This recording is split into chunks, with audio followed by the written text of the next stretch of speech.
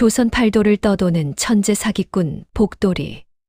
그의 말 한마디면 없는 것도 있는 것이 되고 새하얀 거짓도 그럴듯한 진실처럼 들립니다. 하지만 복돌이가 속이는 건 오직 악한 자들뿐입니다. 백성의 땅을 빼앗는 탐관오리, 가짜 약재로 사람 목숨을 우롱하는 악덕 상인, 가난한 이들의 눈물을 밥 삼아 재산을 불리는 자들까지.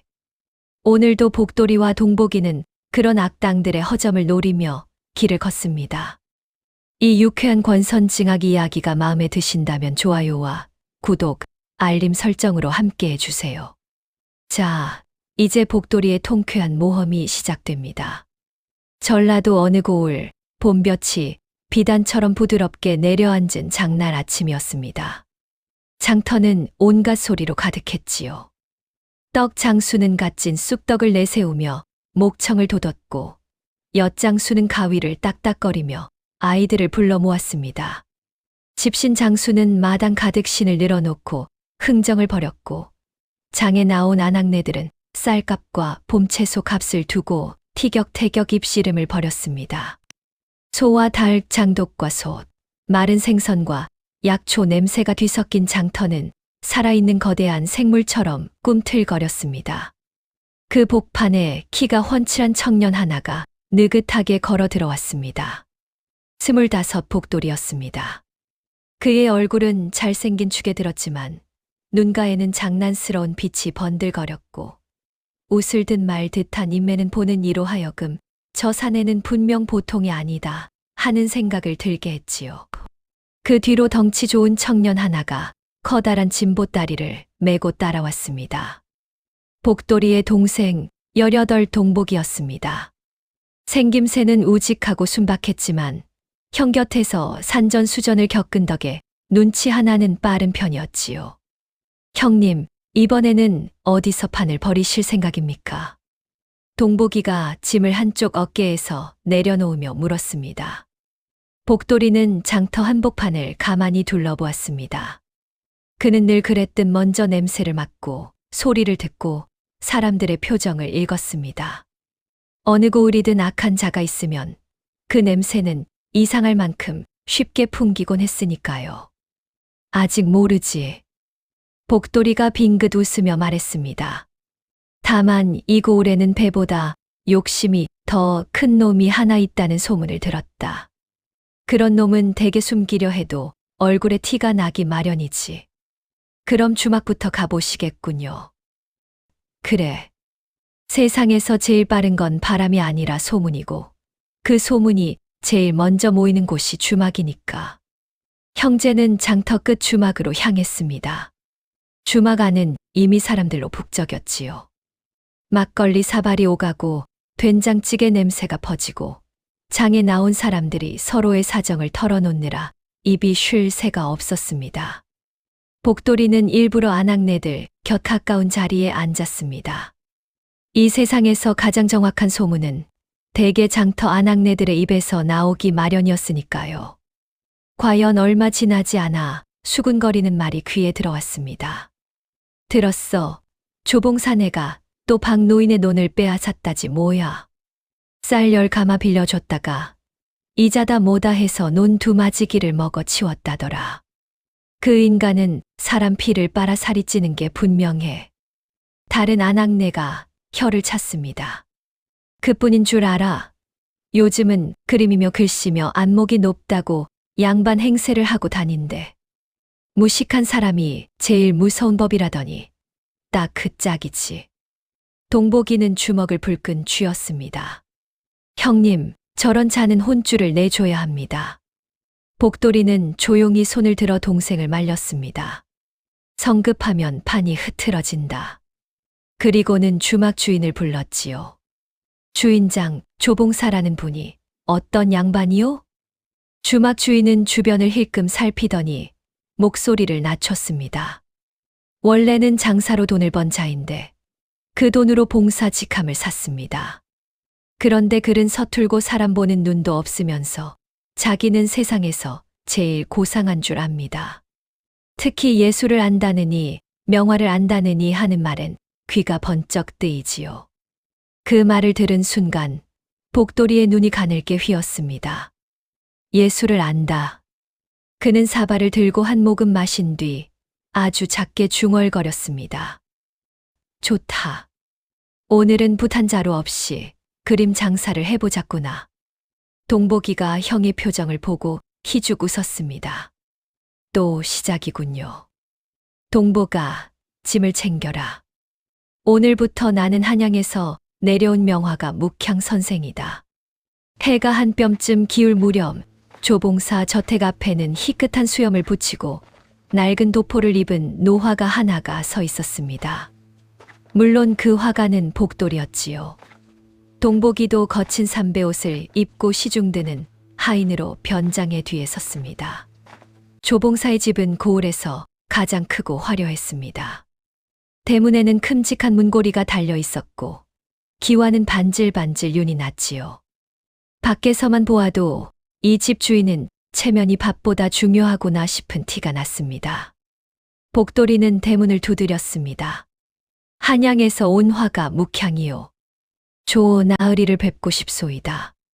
잠시 뒤 문지기가 허둥지둥 안으로 뛰어들어갔고 얼마 지나지 않아 조봉사가 직접 모습을 드러냈습니다.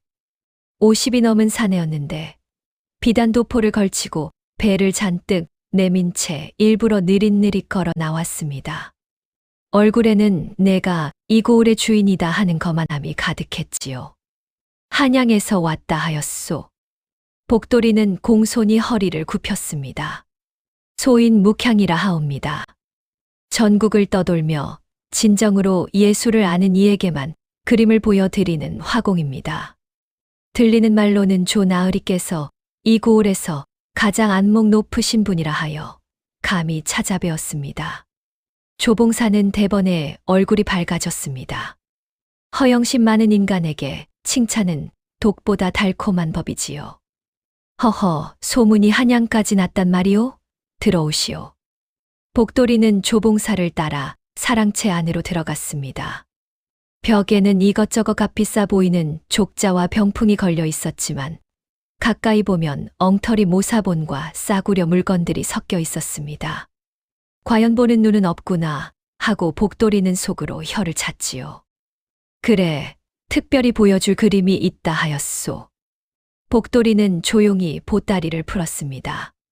그리고 무게라도 실린 듯 조심스레 족자 하나를 펼쳤습니다. 그런데 펼쳐진 것은 새하얀 빈 종이었습니다. 조봉사는 순간 눈을 깜빡였습니다. 아무리 봐도 빈 족자였습니다. 하지만 복돌이는 황홀한 목소리로 말하기 시작했지요. 보십시오, 나으리. 이 웅대한 산줄기를 먹 한 방울 번지지 않았건만 저 능선은 마치 살아 움직이는 용맥 같지 않습니까? 조봉사는 식은땀이 흐르는 것을 느꼈습니다. 산줄기라니, 폭포라니, 능선이라니, 아무것도 안 보이는데 여기서 안 보입니다 했다간 자기가 무식한 자라는 걸 스스로 인정하는 꼴이 되고 맙니다. 오, 과연. 그가 더듬거리며 고개를 끄덕였습니다. 산새가 장엄하구려. 복돌이는 속으로 웃음을 삼키며 말을 이었습니다. 역시 조 나으리이십니다. 보통 사람은 여기 오른쪽 구름 속에 숨은 학 2마리도 알아보지 못합니다. 조봉사는 이제 완전히 물러설 수 없었습니다. 보이고 말고 학의 날갯짓이 아주 생생하구려. 허허, 소문이 과장이 아니었습니다. 이 그림은 학문이 깊고 마음이 맑은 분만 볼 수 있는 그림인데 단숨에 알아보시다니. 조봉사는 슬쩍 어깨를 폈습니다. 내가 이 정도 안목쯤은 있지. 복돌이는 한숨을 쉬는 척했습니다. 실은 이 그림을 한양에서는 은자 2000냥에 부르던 자도 있었으나 참된 안목을 지닌 분께 드리고 싶어 그냥 접어두고 있었습니다. 나으리라면 다르지요. 특별히 1000냥에 드리겠습니다. 조봉사의 입술이 실룩거렸습니다. 1000냥은 거금이었지만 지금 눈앞에 화가를 그냥 돌려보내면 자신이 그림을 못 알아봤다는 듯 보일 터였습니다. 게다가 그는 이미 산도 보이고 학도 보인다고 큰 소리친 참이었지요. 결국 조봉사는 곳간에서 은자 1000냥을 내왔습니다. 좋소. 이 명화를 내가 사겠소. 복돌이는 빈 족자를 정성스레 말아 건넸습니다. 다만 아무에게나 보여주어선 아니 됩니다. 속된 자가 보면 그림의 기운이 흩어질 수 있습니다. 걱정 마시오. 내 서재 깊숙한 곳에 모셔두겠소. 복돌이와 동복이가 저택을 빠져나오자 대문만 벗어나도 되겠다는 듯 동복이는 배를 움켜쥐고 웃었습니다. 형님, 저 양반 정말 아무것도 없는 족자를 끌어안고 좋아하더군요. 복돌이도 입꼬리를 감추지 못했습니다. 허영심이 크면 눈보다 체면이 먼저 움직이는 법이다. 그날 저녁 복돌이는 은자 1000냥 가운데 절반을 떼어 가난한 백성들에게 나누어 주었습니다. 빚에 시달리는 집, 약값이 없어 끙끙 앓는 아이가 있는 집, 조봉사에게 논을 빼앗긴 집들을 돌아다니며 몰래 주머니를 남겨두었지요. 사람들은 누가 두고 갔는지도 모른 채 울며 절을 했습니다. 그리고 그 모습을 멀찍이서 지켜보던 이가 하나 있었습니다. 화려한 기생 복장을 했지만 눈빛은 매섭고 총명한 여인 춘향이었습니다. 그녀는 이윽고 복돌이 앞에 다가와 말했습니다. 당신 조봉사한테 빈 족자를 명화라고 팔아먹은 사내 맞죠? 복돌이는 눈을 가늘게 떴습니다. 그걸 어찌 알았소? 춘향은 피식 웃었습니다. 직접 봤으니까요.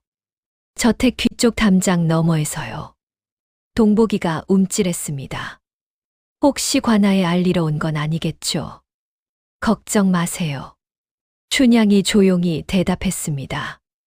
나는 당신을 잡으려는 게 아니라 당신의 재주가 필요해서 온 거니까. 복돌이는 말없이 그녀를 바라보았습니다. 춘향의 눈 속에는 두려움이 아니라 오래 묵은 한이 들어 있었습니다. 내 아버지는 조봉사에게 땅을 빼앗기고 억울하게 돌아가셨어요. 나는 그 자를 무너뜨리려고 3년 동안 기생으로 변장하고 저 집을 드나들었지요. 그런데 혼자서는 부족했어요. 그녀가 복돌이에게 손을 내밀었습니다. 손잡죠. 빈 그림 한 장보다 더 큰 판을 짤 수 있어요. 복돌이는 잠시 침묵하다가 마침내 그 손을 잡았습니다. 좋소. 어디 한번 들어봅시다. 주막 뒤편의 조용한 방에 세 사람이 모였습니다. 춘향은 먼저 아버지 이야기를 털어놓았습니다. 원래 우리 집도 이 고을에선 꽤 살만한 집안이었어요. 하지만 몇 해 연달아 흉년이 들면서 곡식을 빌릴 수밖에 없었죠. 그때 조봉사가 쌀 몇 가마를 빌려주고는 터무니없는 이자를 붙여서 결국 논과 밭을 전부 빼앗아갔어요. 아버지는 그 충격으로 쓰러지셨고 끝내 눈을 감으셨어요. 동복이가 이를 갈았습니다. 참 못된 놈이군요. 춘향은 고개를 끄덕였습니다. 그래서 나는 복수하려고 기생집에 몸을 들였어요. 조봉사와 그 주변 인간들이 술 마시고 떠드는 걸 들으려고요. 덕분에 알게 된 게 하나 있어요. 복돌이의 눈빛이 살아났습니다. 무엇이요? 며칠 안에 한양에서 김만석이라는 약재상이 내려옵니다. 겉보기엔 점잖은 상인 같지만 실은 무뿌리를 깎아 인삼으로 파는 악질 사기꾼이에요. 조봉사가 그자와 손을 잡고 더 큰 돈을 챙길 셈이죠. 복돌이는 탁자를 손가락으로 두드렸습니다. 조봉사의 허영심에 김만석의 탐욕까지 얹힌다면 한 번의 판으로 둘 다 걸어 넘어뜨릴 수 있었습니다. 좋다. 그가 나지막이 말했습니다. 둘을 한 상 위에 올려놓고 같이 삶아보자. 춘향이 미소 지었습니다. 어떻게요? 복돌이는 천천히 설명하기 시작했습니다. 내가 한양 거상으로 변장하겠소. 대국 사신이 비밀리에 이 고을을 지난다면서 접대 잔치를 준비한다고 속이는 거요.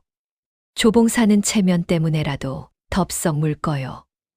그리고 그 사신에게 올릴 귀한 약재가 필요하다고 하면 김만석이 제 발로 달려오겠지. 동복이가 고개를 끄덕였습니다. 그런데 김만석의 가짜 인삼보다 더 눈에 띄는 미끼가 있어야겠네요. 복돌이가 씩 웃었습니다. 맞다. 그래서 필요한 게 천년 영지버섯이다. 춘향이 눈을 동그랗게 뜨더니 곧 복돌이의 표정을 읽고 웃음을 터뜨렸습니다. 설마 또 물을 깎으려는 거예요? 이 세상에서 제일 다루기 좋은 재료가 뭐다. 깎으면 인삼도 되고 버섯도 되고 사람 욕심을 시험하는 거울도 되거든. 그날 밤부터 셋은 준비에 들어갔습니다. 춘향은 귀부인 복장에 어울릴 비단 치마와 장신구를 구했고 동복이는 크고 단단한 물을 골라왔습니다. 복돌이는 불빛 아래 앉아 칼끝으로 물을 정교하게 다듬기 시작했습니다. 하얀 무는 점점 우툴두툴하고 깊은 주름이 진 버섯으로 변해갔지요. 겉면에 흙을 살짝 묻히고 뿌리 부분은 일부러 지저분하게 남겨 두자 정말로 수백 년 묵은 영지버섯처럼 보였습니다. 형님, 제가 봐도 진짜 같습니다. 사람은 자기가 믿고 싶은 것은 아주 쉽게 믿는다. 이 정도면 충분해. 준비를 마친 다음 날, 복돌이는 화려한 도포를 입고 수염을 붙여 위엄 있는 거상 김대인으로 변장했습니다. 춘향은 점잖은 귀부인으로, 동복이는 말수 적은 시종으로 모습을 바꾸었지요. 셋은 해질녘 다시 조봉사 저택을 찾았습니다. 한양에서 온 김대인이라 하오. 조나으리께 큰일을 의논하러 왔소. 조봉사는 한양의 거상이라는 말에 허리를 굽신거리며 맞았습니다. 이 누추한 곳까지 어쩐 일이십니까? 복돌이는 짐짓 근엄한 표정으로 말했습니다.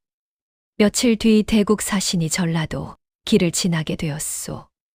조정에서 은밀히 접대할 자리를 마련하라 하여 이 고을에서 가장 체면 있고 명망 있는 분을 찾다가 조나으리를 추천받았지. 조봉사의 얼굴이 핀꽃처럼 활짝 폈습니다. 저를요? 그렇소. 이 일을 잘 치르면 사례금으로 은자 3,000냥을 드릴 것이요. 조봉사는 거의 숨을 삼키다시피 했습니다.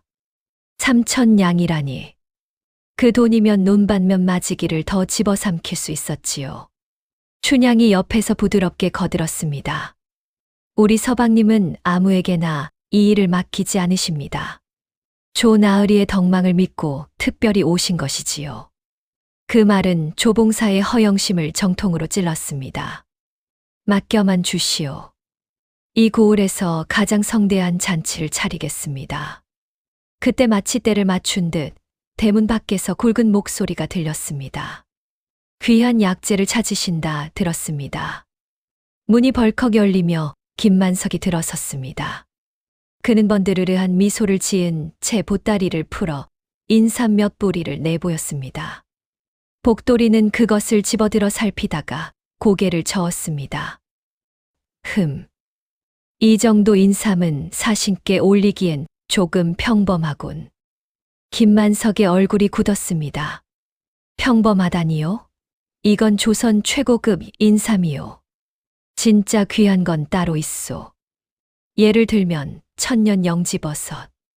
조봉사와 김만석은 동시에 그 말을 되받았습니다. 천년 영지버섯. 복돌이는 일부러 망설이는 척하다가 동복이에게 눈짓했습니다. 동복이는 천으로 감싼 꾸러미를 풀어 영지버섯을 꺼냈지요. 순간 두 사내의 눈이 탐욕으로 번들거렸습니다. 금강산 깊은 곳에서 간신히 구한 물건이요. 대국 사신께 올릴 생각이었으나 정작 이 가치를 알아볼 사람이 있으면 그에게 넘겨도 좋겠다 싶군. 김만석이 먼저 달려들었습니다. 그걸 내게 파시오. 조봉사도 버럭 소리쳤습니다. 아니, 내가 살 것이오. 둘은 금세 어린아이처럼 다투기 시작했습니다.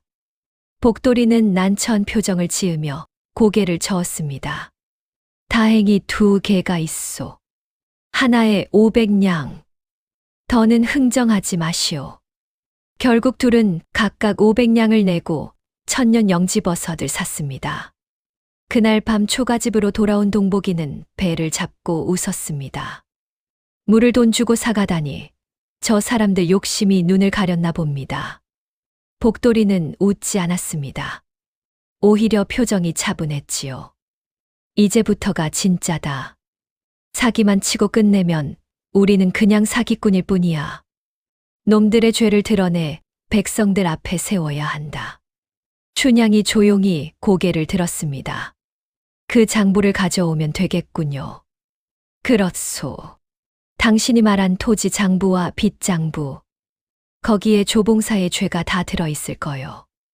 동복아, 넌 김만석 쪽에서 물증을 챙겨라. 동복이가 씩 웃었습니다. 예, 형님. 이번엔 인삼 껍데기까지 벗겨 오겠습니다. 조봉사 저택이 깊은 밤잠에 빠졌을 무렵, 춘향은 검은 옷을 입고 담장을 넘었습니다. 달빛조차 흐린 밤이었지만 그녀는 길을 잃지 않았습니다. 3년 동안 이 집을 드나들며 저택 구조를 머릿속에 새겨두었으니까요. 서재 창문은 늘 그렇듯 안쪽에서 걸쇠가 느슨하게 채워져 있었습니다. 조봉사는 자기 재산을 믿었지 도둑을 두려워하지 않았거든요. 춘향은 가느다란 쇠철사를 꺼내 조심스럽게 걸쇠를 풀었습니다. 서재 안에는 장부가 꽂힌 책장이 벽면을 따라 놓여 있었고 구석에는 작은 궤짝이 있었습니다. 그녀는 숨을 고른 뒤 궤짝 앞으로 다가갔습니다. 자물쇠가 달려 있었지만 이미 여러 번 눈으로 익혀둔 물건이었습니다. 몇 차례 손을 놀리자 찰칵 하는 소리와 함께 자물쇠가 풀렸지요. 궤짝 안에는 여러 장부가 차곡차곡 쌓여 있었습니다. 춘향은 손이 떨렸습니다. 그 장부들 안 어딘가에 아버지의 땅이 빼앗긴 기록도, 마을 사람들의 눈물도, 그동안 누군가가 삼킨 삶도 다 적혀 있을 테니까요. 그녀는 가장 두껍고 해진 장부를 펼쳤습니다. 토지 대작. 눈빛이 서늘해졌습니다. 한 장 한 장 넘길수록 분노가 치밀었습니다. 쌀 5가마를 빌리고 논 한 마지기를 잃은 집, 병든 아이 약값을 꾸었다가 초가집을 잃은 집, 아비의 장례를 치르려다 밭을 빼앗긴 집. 그 이름들 사이에 마침내 이선달이라는 춘향 아버지의 이름도 보였습니다. 춘향은 이를 악물었습니다. 찾았다. 그녀는 장부를 품속에 꼭 넣고 들키지 않게 자리를 정리한 뒤 어둠 속으로 사라졌습니다. 같은 시각 꿍보기는 김만석이 묶는 주막 뒤편을 어슬렁거리고 있었습니다. 그는 일부러 취객 흉내를 내며 주막 뒷마당에 기대어 한동안 큰 소리로 코를 골았습니다. 그리고 주막이 조용해지자 슬그머니 일어나 김만석의 방으로 다가갔지요. 문은 허술하게 잠겨 있었습니다. 동복이는 낑낑거리며 문을 열고 안으로 들어갔습니다. 보따리와 약재 상자들이 잔뜩 쌓여 있었지요. 어디 보자, 이 사기꾼 양반이 뭘 숨겨두셨나. 그는 상자 하나를 열었습니다. 겉은 번지르르한 인삼들이 가득했지만 바닥에 놓인 깎은 자투리들을 보자 곧 수상함을 알아차렸습니다. 무껍질과 하얀 속살, 칼질 흔적이 남은 잔해들이 한쪽 구석에 수북했거든요. 역시 무였군. 동복이는 가짜 인삼 몇 뿌리와 자투리 무 조각들을 챙겨 나왔습니다. 나오는 길에 문 밖에 메어둔 나귀가 힝하고 울어서 순간 가슴이 철렁했지만 김만석은 술에 골아떨어져 끝내 깨지 않았지요. 새벽녘 춘향과 동복이는 초가집에서 다시 만났습니다. 춘향이 꺼낸 장부를 본 복돌이는 한참 동안 말없이 을 넘겼습니다. 그의 얼굴에서 웃음기가 사라졌습니다.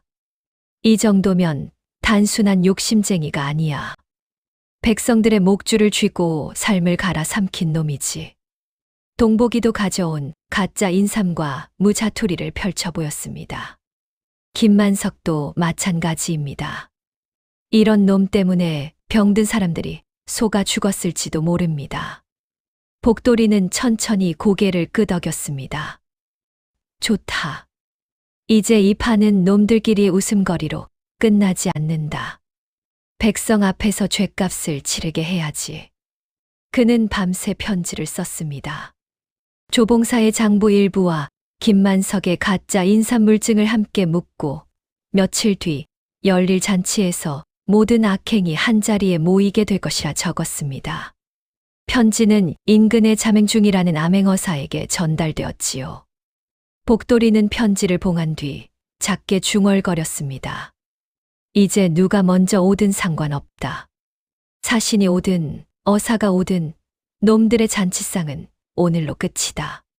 사흘 뒤 조봉사 저택은 마치 혼례라도 치르는 듯 떠들썩했습니다. 마당에는 큼직한 천막이 쳐졌고 상마다 전복과 산적, 탕과 전, 술과 과일이 산처럼 쌓였습니다. 악사들은 아침부터 소리를 맞췄고 하인들은 쉴 새 없이 마당을 오갔습니다. 조봉사는 비단 도포 위에 향까지 뿌리고는 거울을 들여다보며 흐뭇해했습니다. 오늘만 잘 넘기면 한양에서 내 이름이 오르내리겠지. 삼천냥도 내 것이고. 반면 김만석은 자기 보따리 속 가짜 인삼과 가짜 영지버섯을 어루만지며 속으로 계산을 굴렸습니다. 사신에게 약재를 한 번만 제대로 보여주면 한양 양반들 상대론 돈을 쓸어 담겠군. 두 사람 모두 자신이 상대를 이용한다고 믿고 있었지요. 하지만 실은 둘 다 복돌이의 손바닥 안에 있었습니다. 잔치가 시작되자 고을의 부자들과 양반들이 초대되어 모여들었습니다. 복돌이는 화려한 거상 차림으로, 춘향은 품위 있는 부인으로, 동복이는 충직한 시종으로 자리에 앉았습니다. 누구도 그들의 정체를 의심하지 않았지요. 시간이 흘렀습니다. 하지만 정작 기다리던 대국 사신은 보이지 않았습니다. 조봉사는 처음엔 태연한 척했습니다. 귀한 분들은 원래 늦게 오시는 법이니. 그러나 해가 중천을 넘기고도 소식이 없자 얼굴에 불안한 기색이 번지기 시작했습니다. 김대인 사신께서는 언제쯤 도착하신답니까? 복돌이는 술잔을 들고 유유히 웃었습니다. 조금 늦으시는 모양이요. 조급해 마시오. 김만석도 슬슬 눈치를 보며 땀을 닦았습니다. 손님들 사이에서도 술렁임이 번졌지요. 혹시 속은 건가? 조봉사의 속에서 불안이 서서히 부풀어 올랐습니다. 그때였습니다. 저택의 대문이 거칠게 열리며 우렁찬 목소리가 마당을 갈랐습니다. 암행어사 출두요. 순간 음악이 끊기고 웃음이 멎고 마당의 공기가 싸늘하게 굳었습니다. 한 사내가 말에서 내려 천천히 걸어 들어왔습니다. 단정한 관복에 손에는 마패가 들려 있었지요. 눈빛은 서늘했고 걸음은 흔들림이 없었습니다. 암행어사 이판서였습니다. 조봉사는 다리가 풀려 주저앉을 뻔했습니다. 아, 암행어사. 암행어사는 마당 한가운데 멈춰 섰습니다. 소문을 듣자니 이 고을에 백성의 피를 빨아 연명하는 자와 가짜 약재로 사람 목숨을 기만한 자가 있다 하여 직접 나섰다. 조봉사는 재빨리 앞으로 나가 허리를 굽혔습니다. 나으리, 오해가 있습니다. 저는 이 고을의 백성들을 돌보는 입 다물라. 짧고 낮은 한마디에 조봉사는 그대로 굳었습니다. 암행어사는 장부를 꺼내 높이 들어 올렸습니다. 이 장부는 무엇이냐? 빚을 핑계로 땅을 빼앗고 집을 빼앗고 곡식을 두세 곱씩 받아낸 기록이 가득하구나. 마당 한쪽에 있던 백성들이 울분을 터뜨렸습니다. 맞습니다. 저자가 제 논을 먹었습니다. 우리 집 문서도 저놈 손에 넘어갔습니다. 조봉사는 얼굴이 하얗게 질렸습니다. 그건 거래였을 뿐. 암행어사는 차갑게 웃었습니다. 굶주린 자에게 곡식을 빌려주고 갚지 못하면 삶 전체를 빼앗는 것이 거래냐? 그럼 강도도 장사꾼이겠다. 이어 그는 김만석 쪽으로 몸을 돌렸습니다. 김만석. 김만석은 그 자리에서 무릎을 꿇었습니다. 나으리, 저는 억울. 암행어사는 포졸에게 손짓했고 포졸은 보따리 하나를 내놓았습니다. 안에는 동복이가 빼온 가짜 인삼과 무자투리들이 들어 있었습니다. 암행어사는 인삼 한 뿌리를 반으로 꺾었습니다. 속살은 뻔뻔할 만큼 하얀 무였습니다. 마당 여기저기서 탄식이 터졌습니다. 이게 무였어. 저걸 약이라고 판 거야? 사람들 사이에서 통곡하는 소리도 들렸습니다. 병든 아이를 안고 있는 여인이 김만석을 가리키며 울부짖었습니다. 저 사람에게 소가 전 재산을 다 바쳤어요. 우리 애 살리겠다고. 김만석은 이마를 땅에 찌으며 빌었습니다. 한 번만 살려주십시오. 암행어사의 목소리는 얼음처럼 차가웠습니다. 사람의 목숨을 속여 재산을 모은 죄 가볍지 않다. 그때 복돌이는 슬그머니 몸을 빼려 했습니다. 그런데 암행어사의 시선이 정확히 그를 붙들었습니다. 거기 한양 거상 행세를 한 자. 복돌이는 걸음을 멈췄습니다. 혹시 저를 말씀하시는 겁니까? 내가 복돌이냐? 순간 마당의 시선이 모두 복돌이에게 쏠렸습니다.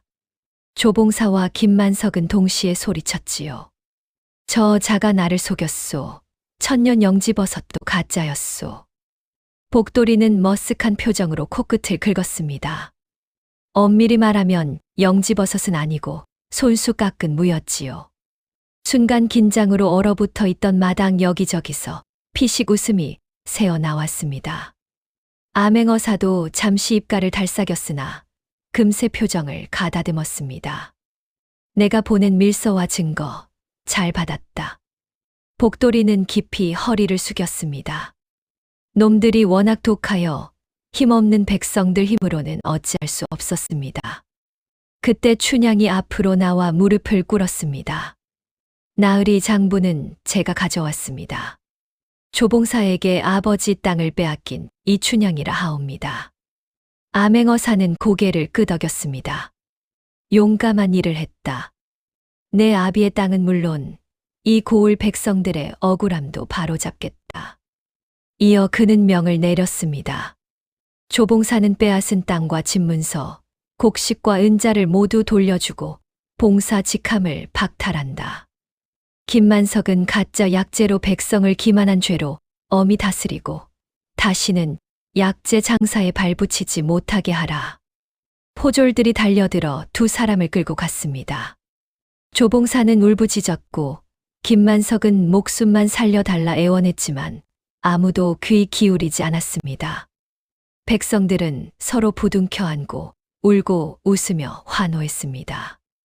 그날 저택의 마당에서는 처음으로 악당의 비명이 아니라 백성들의 웃음이 울려 퍼졌습니다. 모든 일이 마무리된 뒤 마을에는 오랜만에 사람 사는 기운이 돌기 시작했습니다.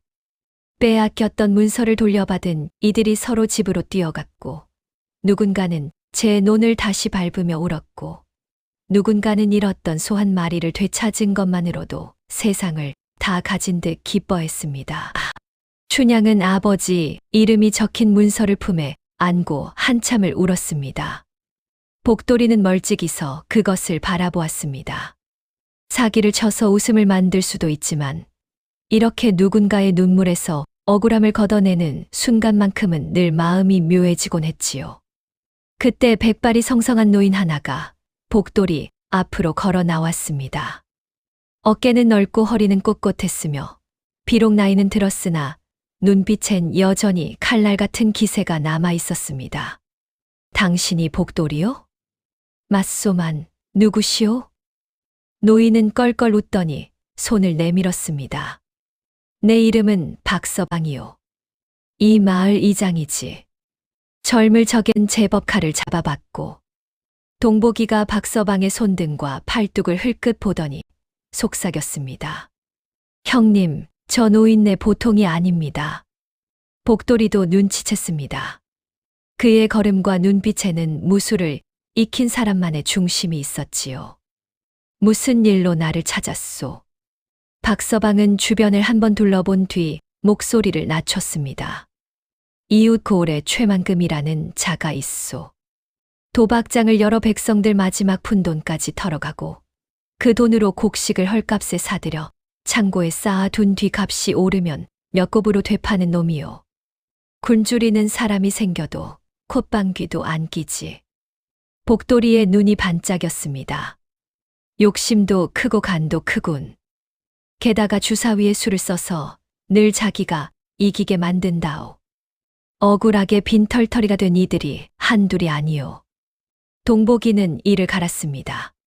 형님, 저런 놈은 가만두면 안 됩니다. 춘향도 조용히 말했습니다. 조봉사와 김만석을 치운 지 얼마나 됐다고 또 백성들 피를 빠는 자가 있다니. 복돌이는 잠시 생각에 잠겼다가 입꼬리를 올렸습니다. 좋소. 다음 길은 그놈이군. 박서방이 고개를 끄덕였습니다. 원하신다면 나도 함께하리다. 주먹질이나 칼질이 필요하면 쓸모가 있을 거요. 복돌이는 노인의 손을 잡았습니다. 말보단 주먹이 먼저 필요한 날도 있지. 함께 갑시다. 그리하여 복돌이의 무리는 둘에서 셋, 셋에서 넷이 되었습니다. 이틀 뒤, 네 사람은 이웃 고을에 도착했습니다. 이곳은 원래 곡창지대로 이름난 땅이었습니다. 넓은 들판에 모내기가 끝난 논이 반짝였고 바람만 불어도 벼시피 물결처럼 일렁였지요. 하지만 마을 사람들의 얼굴은 이상하리만치 어두웠습니다. 주막에 자리를 잡은 박서방이 주인에게 물었습니다. 이 고을은 땅이 넓고 곡식도 많아 보이는데 어째 사람들 표정이 이리 죽어 있소? 주막 주인은 한숨을 길게 내쉬었습니다. 최만금 때문이지요. 봄이면 굶주리는 집들한테 헐값으로 곡식을 사들이고 여름이 지나면 그걸 두세 곱값으로 되파는 놈입니다. 요즘은 도박장까지 버려 사내들 혼을 쏙 빼놓고 있지요. 춘향이 얼굴을 찌푸렸습니다. 굶는 사람 앞에서 장사하는 것도 모자라 도박으로까지 등골을 빼먹는군요. 복돌이는 술잔을 내려놓았습니다. 도박장이라 판을 벌이기엔 더없이 좋겠군. 최만금의 도박장은 마을 한가운데 있었습니다. 큰 기와집에 천하제일 도박장이라는 현판이 걸려 있었고 안에서는 이미 주사위 소리와 고함이 끊이지 않았지요. 복돌이는 일행을 빈창고 뒤로 불러 모았습니다. 이번에는 내가 시골에서 갓돈을 번 어리석은 상인으로 들어간다. 이름은 김부자. 돈은 많고 욕심도 많지만 머리는 모자란 자처럼 보이면 된다. 춘향이 피식 웃었습니다. 그건 형님이 일부러 안 해도 잘할 것 같은데요. 동복이가 웃음을 터뜨렸고 박서방도 수염을 쓸며 껄껄 웃었습니다. 복돌이는 못 들은 척말을 이었습니다. 춘향은 내 첩으로 가장하고 동복이는 하인, 박서방은 호위무사 역할을 맡으시오. 최만금이 나를 큰 먹잇감으로 여기게 만들 거요. 그 다음은요? 동복이가 물었습니다.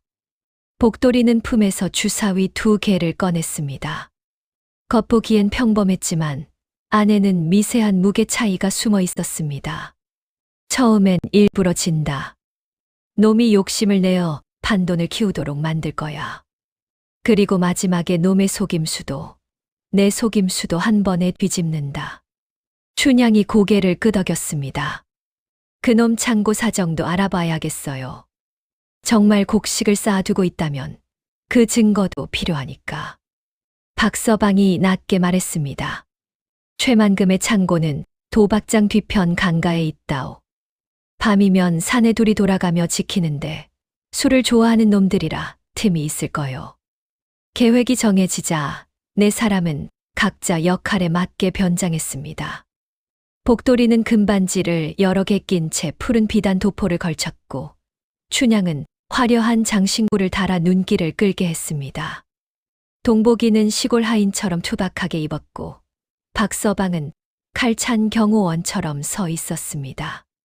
도박장 문을 열고 들어서자 아는 소란 그 자체였습니다. 주사위가 탁자에 부딪히는 소리, 판돈을 외치는 소리, 이긴 자의 환호와 진자의 욕설이 뒤엉켜 귀가 아플 지경이었지요. 그리고 안쪽 가장 높은 자리에 비단옷을 입은 중년 사내가 앉아 있었습니다. 얼굴은 번질거렸고 입가에는 교활한 웃음이 떠나지 않았습니다. 최만금이었습니다. 복돌이는 일부러 큰 소리로 외쳤습니다. 여기가 그 유명한 천하제일 도박장이요? 소문이 자자하더니 과연 대단하군. 최만금은 금반지 낀 복돌이의 손과 비단 옷차림을 보자마자 눈빛이 번뜩였습니다. 큰 물고기 냄새를 맡은 것이지요. 어디서 오신 귀한 손님이시오? 한양 근처에서 장사하는 김부자라고 하오. 돈 버는 재주는 있는데 도박운은 어떤지 시험해 보고 싶어서 왔소. 최만금은 웃으며 자리를 권했습니다. 잘 오셨소. 우리 도박장에선 돈보다 운이 귀하오. 거짓말. 내 주사위 속 납덩이가 더 귀하지. 복돌이는 속으로 중얼거리며 자리에 앉았습니다. 처음 몇 판은 복돌이가 일부러 졌습니다. 은자 10냥, 20냥, 30냥. 던지는 법을 몰라 허둥대는 척, 숫자를 잘못 세는 척, 괜히 성질만 부리는 척하며 연달아 판돈을 잃었습니다. 최만금은 속으로 웃음을 삼켰습니다. 저 멍청한 부자, 오늘 밤이면 속옷까지 털리겠군. 춘향은 옆에서 걱정스러운 척 연기를 했습니다. 나으리, 이제 그만하시지요. 너무 많이 잃으셨어요. 복돌이는 일부러 얼굴을 붉히며 버럭 소리쳤습니다. 시끄럽다. 나는 오늘 운이 나쁘지 않을 뿐이야. 곧 크게 딸 거라고. 주변의 노름꾼들이 킥킥 웃었습니다. 최만금은 더더욱 방심했지요. 한참 뒤 복돌이는 이미 은자 200냥 넘게 잃은 상태였습니다. 그제야 그는 짐짓분하다는 듯 자리에서 벌떡 일어났습니다. 가만, 이렇게는 못하겠소. 오늘 내가 가져온 행운의 주사위를 써야겠소. 최만금이 눈을 가늘게 떴습니다. 행운의 주사위? 복돌이는 품에서 주사위 2개를 꺼내 보였습니다. 절에서 얻은 물건이요. 이걸 쓰면 애군이 물러간다더군. 최만금은 속으로 코웃음 쳤습니다. 자기 주사위엔 납이 들어 있었고 저런 미신 같은 주사위 하나로 운이 바뀔 리 없다고 여긴 것이지요. 좋소. 한번 써보시오. 복돌이는 주사위를 던졌습니다. 또르르 구르던 주사위가 멈춘 순간 눈은 6과 6이었습니다. 주변에서 웅성거림이 일었습니다. 오, 대박인데? 첫 판에 쌍육이 나왔어. 복돌이는 신이 난 척 소리쳤습니다. 봤느냐? 절 주사위가 효험이 있구나. 최만금의 얼굴이 굳었지만 한 판쯤은 우연이라 여겼습니다. 두 번째 판, 복돌이는 판돈을 더 크게 걸었습니다. 이번엔 100냥. 최만금도 질세라 맞받았습니다. 주사위가 굴렀고 또 쌍육이 나왔습니다. 이번에는 도박장 안이 술렁였습니다. 최만금은 이미 이상함을 느꼈지만 자존심과 욕심 때문에 멈출 수 없었습니다. 오히려 더 큰 판을 벌여 한 번에 되찾겠다는 마음이 앞섰지요. 좋다. 마지막으로 크게 가보자. 복돌이는 비죽 웃었습니다. 좋소. 그럼 1000냥. 도박장 전체가 숨을 삼켰습니다. 1000냥이면 웬만한 논반 몇 마지기 값이었지요. 최만금도 이를 악물고 1000냥을 걸었습니다. 그는 속으로 생각했습니다. 이번엔 내 주사위로 바꿔치기 하면 된다. 그러나 주사위를 집어드는 순간 복돌이가 손을 내밀었습니다. 잠깐. 최나으리. 공평하게 가려면 이번에도 내 주사위를 써야지요. 아까 허락하지 않았습니까? 주변 사람들의 눈이 죄다 이쪽을 보고 있어 최만금은 거절할 수 없었습니다. 복돌이가 주사위를 던졌습니다. 또 쌍육. 도박장의 웅성거림이 퍼졌고 어떤 이는 아예 손뼉까지 쳤습니다. 복돌이는 천천히 몸을 앞으로 기울였습니다. 최나으리, 혹시 억울하십니까? 최만금은 입술을 깨물었습니다. 뭔가 수상하오. 당신 주사위엔 뭔가 속임수가 있어. 복돌이가 느긋하게 웃었습니다. 그 말 그대로 돌려드리고 싶은데요. 그리고는 번개같이 손을 뻗어 최만금 앞에 놓인 주사위를 집어들었습니다. 탁자 모서리에 힘껏 내리치자 주사위 하나가 쩍 갈라졌습니다. 안에서 작은 납덩이가 툭 떨어졌습니다. 도박장 안이 조용해졌습니다. 곧이어 사방에서 놀란 외침이 터졌지요. 나비야, 저런 속임수를 쓴 거였어. 그래서 맨날 저놈만 이긴 거구나. 최만금은 얼굴이 새파래졌습니다. 오, 오해야. 그러나 이미 늦었습니다. 그때 도박장 문이 벌컥 열렸습니다. 암행어사 출두요. 동복이는 속으로 중얼거렸습니다. 이번에도 진짜 잘 맞춰 오시는군. 암행어사 이판서는 포졸들과 함께 들어섰습니다. 그의 눈은 이미 모든 상황을 읽고 있었습니다.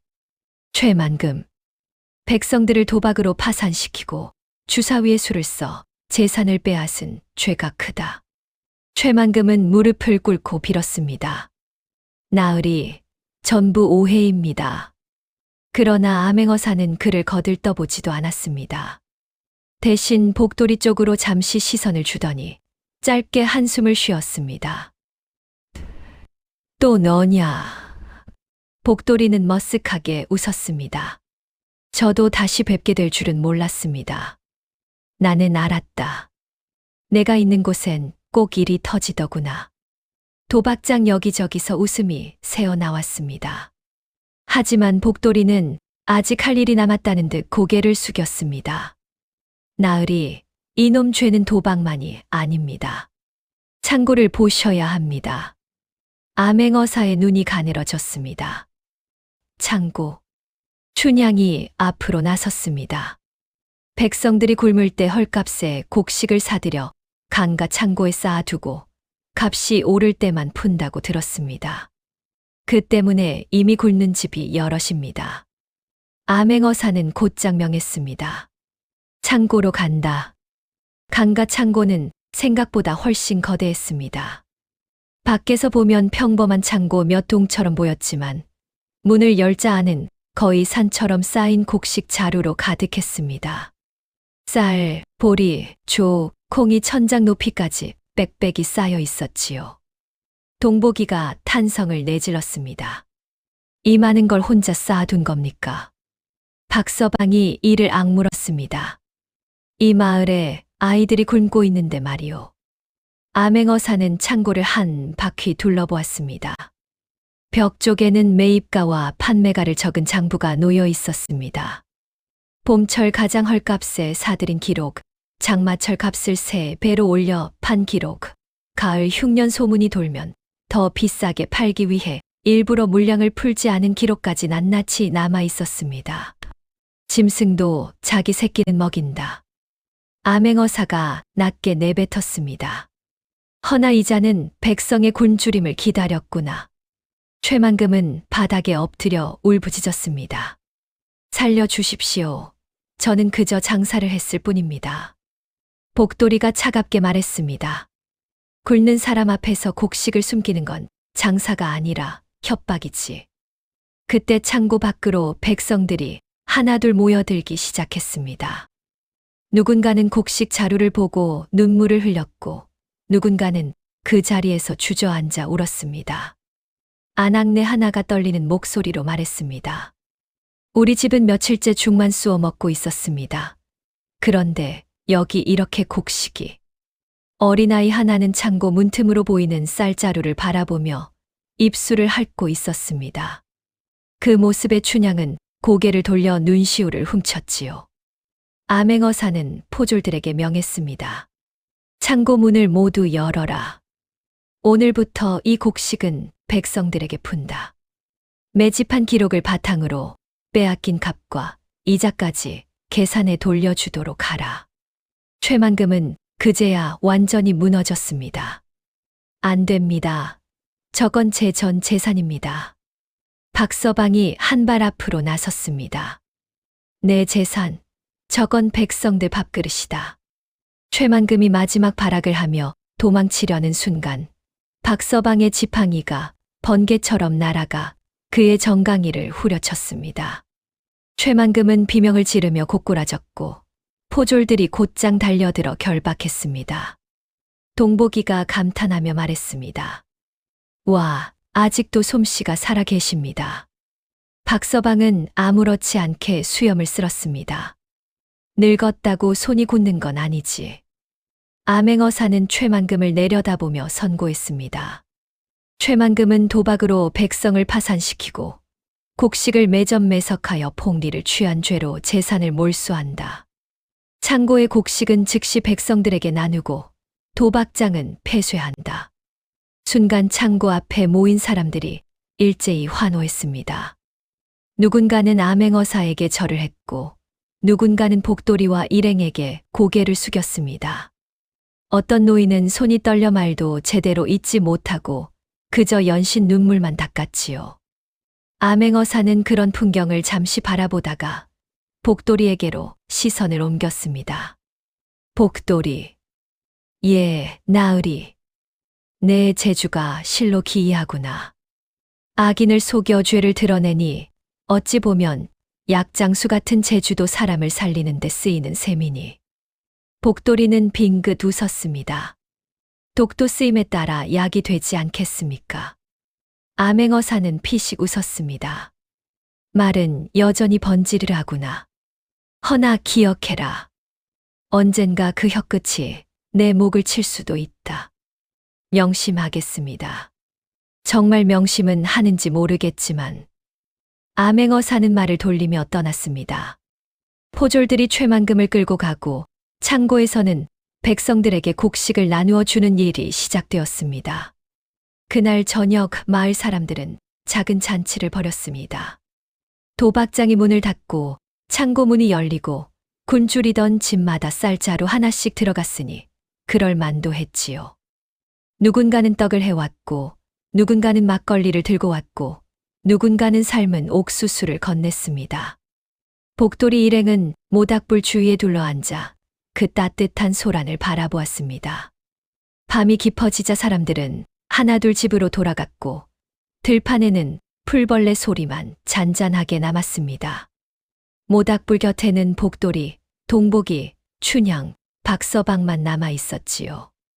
동복이가 막걸리 사발을 들고 씩 웃었습니다. 형님, 우리 정말 대단한 일 했습니다. 조봉사도 무너뜨리고 김만석도 잡고 최만금 창고도 털어 백성들한테 돌려줬으니 말입니다. 창고를 턴 게 아니라 제자리를 찾아준 거다. 복돌이가 웃으며 말했습니다. 춘향은 불꽃을 바라보며 조용히 입을 열었습니다. 이상하네요. 복수만 하면 마음이 시원할 줄 알았어요. 그런데 아버지 땅을 되찾고도 그냥 저 혼자만 웃을 수는 없더라고요. 세상엔 여전히 억울한 사람이 많다는 걸 알게 됐으니까.